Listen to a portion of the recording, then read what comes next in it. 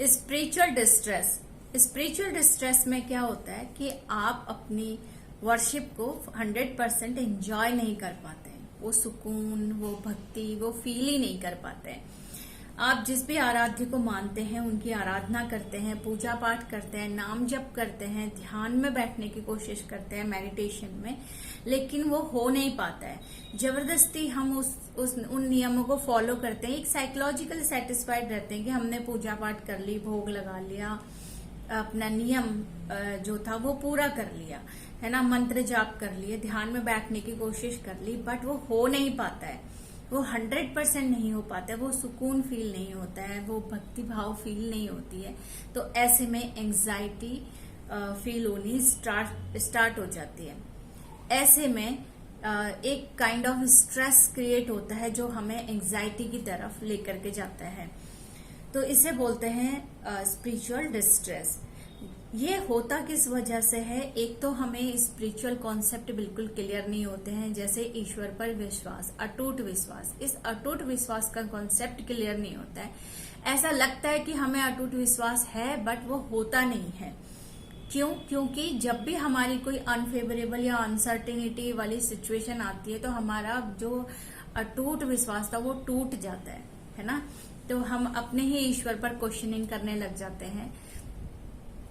तो वो concept clear नहीं है ईश्वर पे 100% फेथ का, अटूट विश्वास का। इसलिए हमारा फेथ डगमगाता रहता है, हमारा विश्वास डगमगाता रहता है। कभी बिलीव बनता है, कभी नहीं बनता है। कर्मों का बारे में जो स्पिरिचुअलिटी में कहा गया है, कर्म से हमको डर लगने लगता है, जबकि कर्म का अगर कॉन्सेप्ट समझ लें तो लाइफ बहुत आसान हो जाती है, जिंदगी को जीना बहुत आसान हो जाता है। वो हम फ्री फील नहीं कर पाते हैं उस वजह से, क्योंकि कर्मा का कॉन्सेप्ट क्लियर नहीं है। कर्मा हमें डराता है ऐसे में।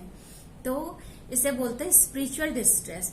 और इस स्पिरिचुअल डिस्ट्रेस को दूर करने के लिए हमारे मन में जितने भी प्रश्न उठते हैं, जितने भी क्वेश्चंस पुट ऑन होते हैं, उनको सेटिस्फाइड करने के लिए हम स्पिरिचुअल गुरुज का सहारा लेते हैं, हम स्पिरिचुअल मोटिवेटर्स को सुनते हैं, कथावाचकों को सुनते हैं, लेकिन वो और ज्यादा हमारे अंदर स्ट्रेस क्रिएट होता है।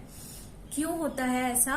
क्योंकि जब कोई व्यक्ति किसी स्पिरिचुअल गुरुज को मानता है, बहुत स्ट्रांगली बिलीव करता है, तो उस स्पिरिचुअल गुरुज का एक एक सेंटेंस उसके लिए परम सत्य की तरह उसके माइंड में हिट होता है कि जो इन्होंने कहा है वो परम सत्य है। अब जो किसी व्यक्ति के लिए वो स्टेटमेंट परम सत्य है, तो वो उसको आत्मसात करने की कोशिश करता है और अपनी प्रैक्टिकल लाइफ में अप्लाई करने की कोशिश करता है। यहीं पर हमारा एंजाइटी डेवलप होता है, क्योंकि जो हमने सुना है, क्योंकि जो स्पिरिचुअल गुरुज हैं या फिर स्पिरिचुअल मोटिवेटर्स हैं या कथावाचक हैं, उनके सेंटेंस बहुत डिफरेंट होते हैं, उनके वर्ड्स बहुत डिफरेंट होते हैं। वो हमको अच्छे लगते हैं, उस समय सुनना बहुत अच्छा लगता है, बट प्रैक्टिकल लाइफ में अप्लाई करना बहुत मुश्किल होता है, क्योंकि हमें ये नहीं सिखाया जाता है कि हाउ टू अप्लाई, है ना। जो भी हमारे कॉन्सेप्ट है उनको अप्लाई कैसे करें। स्ट्रेस इस वजह से भी बनता है, क्योंकि हमें हाउ नहीं पता। अब जब कोशिश करते हैं कि उसको, जो चीज सुन के आए हैं कि ऐसा होना चाहिए, ऐसा नहीं होना चाहिए, अब वो हम अपने अंदर अप्लाई करने की कोशिश करते हैं, बट वो प्रैक्टिकल लाइफ में 100% फॉलो नहीं हो पाता है। अब एक पता है कि ऐसा होना है और हो नहीं पा रहा है। अब इसमें अंतर्द्वंद चलने लग जाता है कि सही गलत, सही गलत।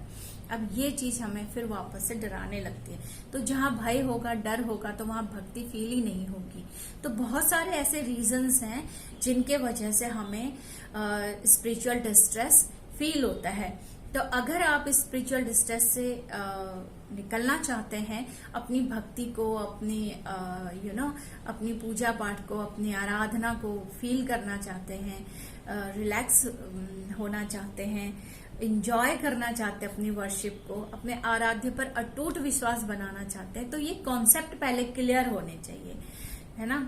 इसके लिए एक साइकोथेरेपिस्ट या साइकोलॉजिकल काउंसलर आपकी बहुत हेल्प कर सकता है।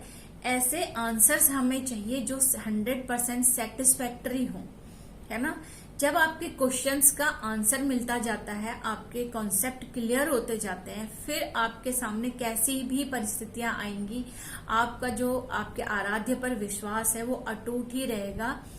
वो कभी भी टूटेगा नहीं या डगमगाएगा नहीं या कभी बनेगा कभी नहीं बनेगा, ऐसा नहीं होगा। वो 100% फेथ है तो फेथ ही रहेगा। तो ऐसे में आपको चाहिए कि एक सटीक आंसर, एक सेटिस्फैक्टरी आंसर हमें मिले।